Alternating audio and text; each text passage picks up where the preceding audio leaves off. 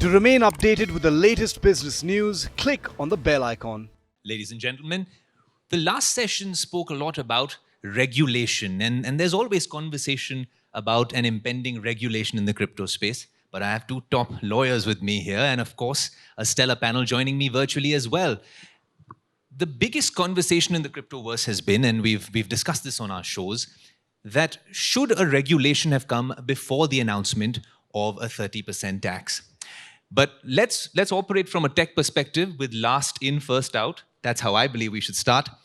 And the recent clarification from the government coming in, talking about, well, the fact that even when you are elucidating about the crypto tax, the fact, Badri, that you cannot offset the losses made from one virtual asset with the income generated from another. This, in many ways, seems like taking one step forward and then two steps back. Thanks, Ayush. And it does seem very excessive, isn't it? Because it's one thing to say that you have cryptocurrencies as a separate asset, different from capital asset, different from business income, and you want to tax it.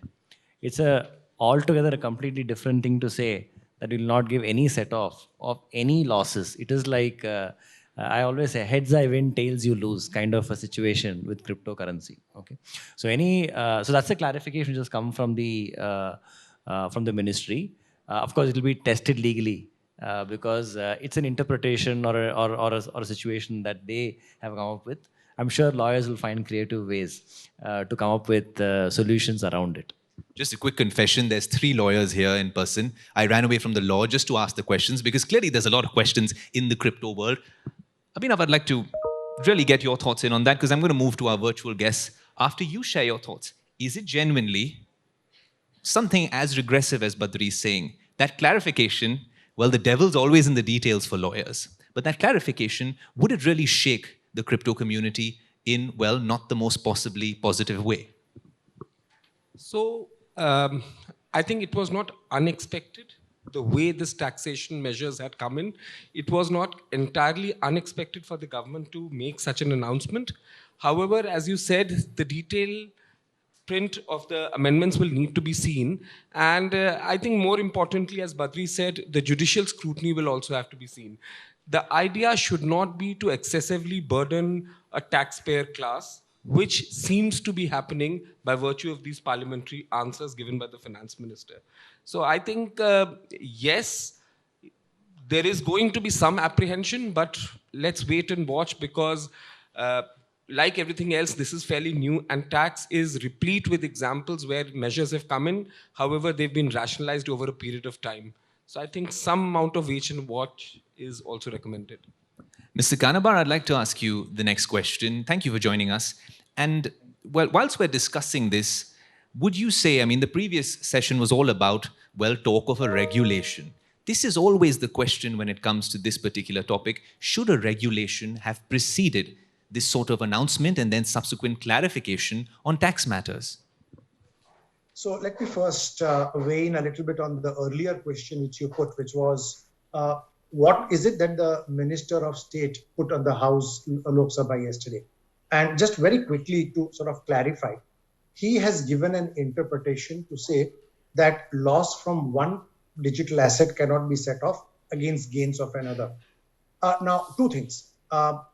When the budget had come and I was on a panel and I had mentioned about the possibility of this interpretation, I was actually told that that is far-fetched, that is not the intention. So I'm a bit surprised at the clarification which is proposed to be given by the minister. And again, this clarification has no basis in law at all. The law will be what it is. But we need to bear that between now and whenever the bill gets enacted, they could actually provide this in the act itself, in which case the law will not be tested before the courts. That's one. We still have yet another unresolved issue, which is that are we going to go asset by asset or transaction by transaction? So one way to look at it is that you have one class of virtual digital asset, and then you have another digital. So you've got crypto and you've got NFTs. You cannot set off losses of one against gains of another. That is one interpretation. The second interpretation could be that really you have to go transaction by transaction. And even within cryptos, if for example you have profits in one transaction and loss in another, you can't set it off. And the way the loss is worded is actually capable of everything. It's capable of saying all losses and profits can be set off, of course, within that framework of Section 115 BBH, or otherwise it can be interpreted as transaction to transaction. And I would agree with you that first, of course, we do not have clarity in the law itself. And now we have the situation of losses and gains being sort of treated as separate pots. In substance, really, if you are taxing something at 30%, why would you not allow losses on the other heads also to be set off within the same year also beats us? But sort of this is a very restrictive approach. As to your earlier question, as to whether the clarification on the regulatory framework should have come before tax, I don't think that is necessary really, because taxation is it is a recognition that there is an existence of a virtual digital asset. Sure. So long as that clarification is there, how the regulators want to regulate it is separate. Taxation could be a separate framework itself.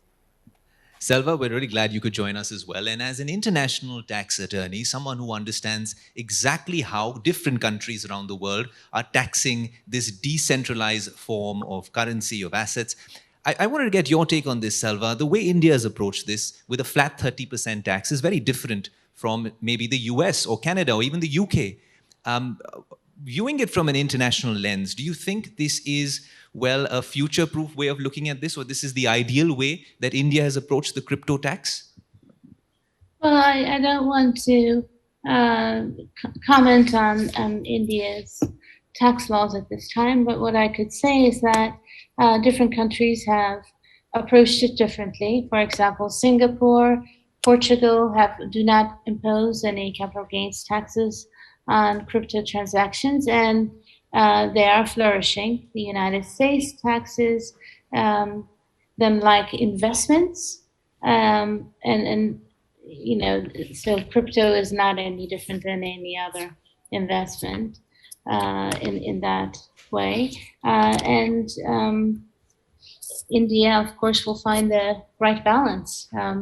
They are progressive. They are going to be adopting a central bank issued digital currency. They have a flourishing crypto industry. There are a lot of tech brain power in India. Sure. So every country will find their best way. Mukesh, I'd like to... Thanks, Selva. Mukesh, I'd like for you to weigh in out there, because Dinesh was talking about how perhaps, well, a regulation would have led to more clarity before so much chat in the tax space. But you've seen traditional tax systems. We've seen, you've overseen and commented on the implementation of GST, the digitization initiatives by the Indian government. Do you share the same view with Dinesh and the other panelists? Yeah, so I don't think you need a regulatory framework to tax an income, particularly given the first principle of income that even illegal income is taxed. I think that we need to step back and look at it why the government chose Finance Act of 2022 to implement a tax. The reason is very simple. There is a portion of the income that is going untaxed. Why is that getting untaxed is a separate issue. But you already have the government having analyzed the data and put crypto players in three categories. One, those who do not file returns in India. Two, who file returns but don't report. Three, who file return but don't report it correctly. So the government clearly sees this as an avenue for tax collection, and that is why it has gone and implemented it. My problem with the basis on which you are implementing it is that there seems to be an element of perception associated with crypto, something that stinks. Well, I don't think that that's, in my view, a correct approach. It's one thing to say that the government has a stated public policy that it would discourage unaccounted income. And somewhere there seems to be a perception that has crept in that a crypto transaction results in an unaccounted money. That may not necessarily be the correct assumption to make. I think we need to look at the larger economic objectives of what crypto as a currency can do insofar as B2B transactions are concerned. insofar as it being a futuristic tool for business is concerned. So from that point of view, yes, one would have ideally liked to see a regulatory framework in place before taxation. But taxation coming ahead clearly has an intended objective. Here is a segment of the economy that is not getting taxed. Let's go ahead and tax it at the maximum marginal rate. Let's go and make it very ineffective for a crypto player by not allowing set-off and all the debate that the earlier panelists spoke about. Badri, I'd like to get you in on that. Now, when Mukesh and Dinesh and Salva were speaking about that, is that genuinely a perception issue? The fact that often we see reportage of government officials considering crypto and the emerging tech space and taxing it or looking at it from a lens where it's as good as gambling or a lottery. Is this a perception issue, Badri? I think like what Mukesh Bhai and Dinesh Bhai have kind of alluded to. So I think we can't run away from the fact that the government at least perceives this to be speculative income. And the way they are trying to tax it is very much what you put in place for a speculative regime of tax. So that taint of cryptocurrency being associated with issues which can have an impact on national security, which does not have any basis, and therefore is purely based on demand and supply, which can be manipulated, and that there are a large number of retail customers could potentially have issues in the event that these markets are manipulated. I think that's definitely one taint. But I think one thing that the regulators don't understand is that at some level, this is likely to be a currency of the metaverse or even Web 3.0. And we are seeing some of those things where we're going from a centralized kind of an internet to a more of a decentralized internet. And I think when we make that jump, when institutional money starts coming into crypto, there is some level of centralization of this decentralized asset. And I don't like to use the word cryptocurrency. I prefer to use the word crypto token or a coin. I think that's a better way of kind of depicting it, because it kind of gives a taint which I don't think it deserves. But yes, at the moment, it does suffer from a perception issue. And just to add there, I think it's very normal to fear the unknown. And the government should also take a step back and figure out whether it has done the needful to understand what this is all about. So it is inevitable. It is definitely not an alternative to the currency system, but it is here to stay. So there has to be some concerted effort to understand what this is all about. Because as you've seen in the past itself, for example, the Vodafone case. You had one case where there was allegation of Indian resources being traded off offshore through a web of companies and all. And therefore, we had the indirect transfer tax. But what has happened since then? I mean, have we raised millions and millions of dollars in tax demands? And not necessarily. So I think there has to be a concerted effort to understand the process, which can only happen through a consultative process with the stakeholders, industry. And that's how we become wiser, whether it is taxation or regulation. That should be a natural corollary then.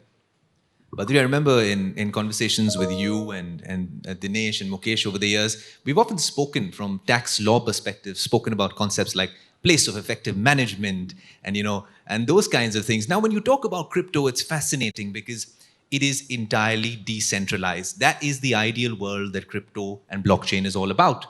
But when it comes to regulating it, like we were talking about it in the previous session, or even taxing it, how much of a challenge is it given the decentralized nature of this phenomenon, especially because the minute you try to tax it or regulate it, the technology is such that it's like Medusa's head. It could pop up somewhere else in another jurisdiction and perhaps in a place far more favorable to do business. Yeah, I think, like you said, and I'm happy for others to weigh in. My own sense is that, the technology in this area is developing so fast. And, the traditional notions of borders and territories are really kind of diluting and dissipating. A lot of the crypto fellows today have multiple jurisdictions that they play with just for this purpose, that tomorrow if a regulatory change happens, which is not amenable to it, you'll be able to go to a different jurisdiction. Okay, is that a good thing as an Indian or as a lawyer?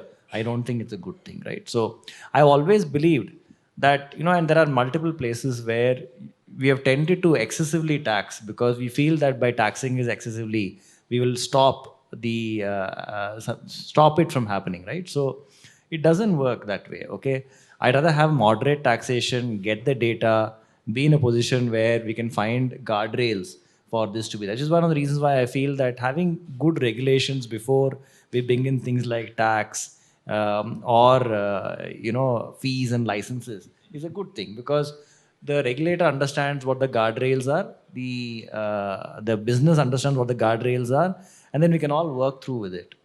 So those are my thoughts, at least with respect to how I feel things will progress going forward. But just to get the global context, if Selva is still with us, Selva, there's this huge chatter about many young and talented individuals who believe in this work from anywhere lifestyle, who have migrated from countries like India to actually go to more favorable tax jurisdictions or places where doing business is a lot easier. Are you seeing that as a global phenomenon from your interactions with people in this space, Selva? Well, what I'm seeing, as a matter of fact, last week I spoke to um, a tech executive who was working in India, but the company itself was actually based and headquartered in Singapore.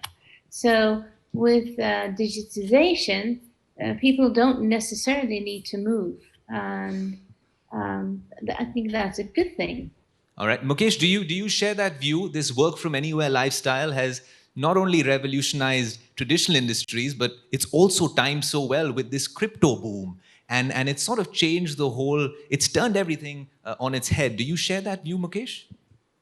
You remember one thing, no matter what kind of virtual place of work, place of activity for crypto trading you're looking at it, governments will chase down this money and tax it. And the pace at which the regulations will move, even from a tax standpoint, will be unprecedented, simply because there is a huge chunk of money that people are making, which is possibly going untaxed because of lack of regulations. So what do we have today? We have today UK, US, Germany, Singapore, Netherlands, and China. 6 countries, and of course India, having some form of a regulation. Regulation either to tax, or regulation at least to give an indication how it intends taxing. India still hasn't even announced regulation on GST. Hopefully we will see that very fast on the back of changes that we are seeing in the income tax law. But more than that, what you will see is regulation or guidance at the bilateral level. So we are not very far away from a OECD or a UN. Let's take 2 of the multilateral forums that come out with cross-border taxation principles coming out very clearly to tax such income. As far as domestic law in India is concerned, I think it's partly equipped and partly inequipped to deal with these forms of situations. Because if a resident is transacting in crypto, he's liable for tax on a worldwide income basis, no matter where he transacts from. If a non-resident is transacting, then he's taxed only on his Indian sourced income, which means that for a non-resident, what would you classify crypto trades in? Is it Indian sourced or non-Indian sourced? Well, if he trades in crypto from an Indian IP address, it would be Indian sourced.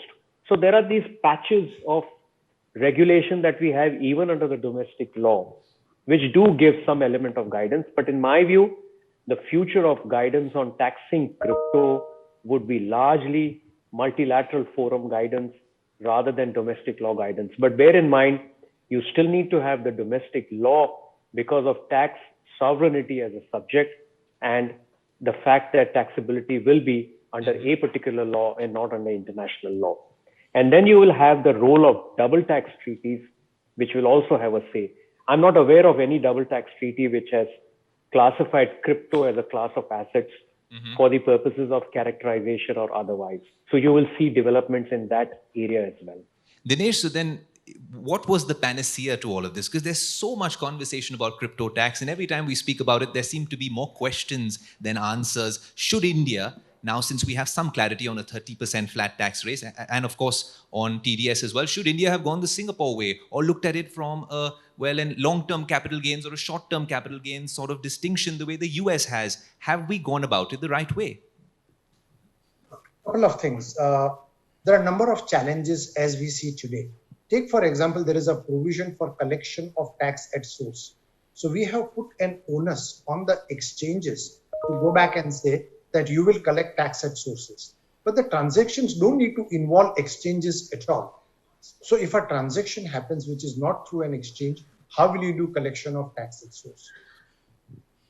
Mukesh spoke rightly about the fact that there is a multilateral need for a multilateral treaty to come into force. But that is going to take its own time. It has taken OECD decades virtually to come to something multilateral. And it will be a period of time before something multilateral comes on crypto. I'm sure it will. But until that point of time, there is an arbitrage that one is looking at. You ask a question as to do we see flight of talent? And it's not just about flight of talent. I indeed actually see people wanting to move to more favorable jurisdictions and sort of put their residence there. As Mukesh rightly alluded, if you are not a resident of India, then you are not liable to tax on anything other than India source income. So people might try and move their residences because crypto allows them to do that. And that I think I see as a real possibility. To your question as to what could be the ideal way, I think rather than talk about this, let me tell you that the moment you start putting things at a 30% tax and say that this is akin to speculation and I'm not going to allow you to set off losses against profits, then you are really putting a burden which is so high, which will tempt people to look at alternatives. So as it is, you have a mechanism which is difficult to track. You have an asset class which is difficult to track. It's very difficult to put this down to exchange level. You have ability of people to move locations, and then you make a legislation which is a little bit regressive. And you go back and say, I'm going to tax you no matter what your losses, forgetting other sources, even within crypto, I'm going to either go asset class wise or transaction wise. Sure. Then you are tempting people to do something which is not right. Sure. Just as a parting comment, Badri, if you tell me, the concern is that it's not being made conducive for crypto investors. Are we worried that they're going to go abroad even with their investments to peer-to-peer grey market sort of systems? Is that a concern very quickly? So 2 points. I think I don't know that the government is really understanding that the way the cryptocurrencies, especially institutional level, peer-to-peer level, operate. I think there's a real concern that a lot of this will move away from the exchanges, which can be tracked, to peer-to-peer. That is one. The second thing I think is we need to be a little bit careful, because I think when I talk to people in the government, one of the things that India wants or will become in the next 10 years is going to be the global workforce of the world. Okay, we are going to have people who are going to be, like I said, living abroad, staying in places and doing that. And I think we are going to require currencies or instruments which are going to be fungible in nature. And I think one of the things that Bitcoin will over time emerge, or I would say cryptocurrencies or virtual digital assets will emerge, will be for this purpose. So I completely agree with that. I don't think taking a very simplistic view like this is not akin to a flight of FDI or capital. So this is fundamentally different and there are going to be different challenges. However, I personally feel that any further step, at least as far as taxation is concerned, should be not in silos. I mean, whatever classification, whatever clarifications come, they should look at all aspects, the realities, and particularly the accounting, the GST and income tax. Otherwise, we're going to go for a mess. Fascinating insights as always. Ladies and gentlemen, thanks so much for joining us, and thank you for being such a lovely audience. Let's move on to the next session. If you like the video, do like, comment, share and subscribe.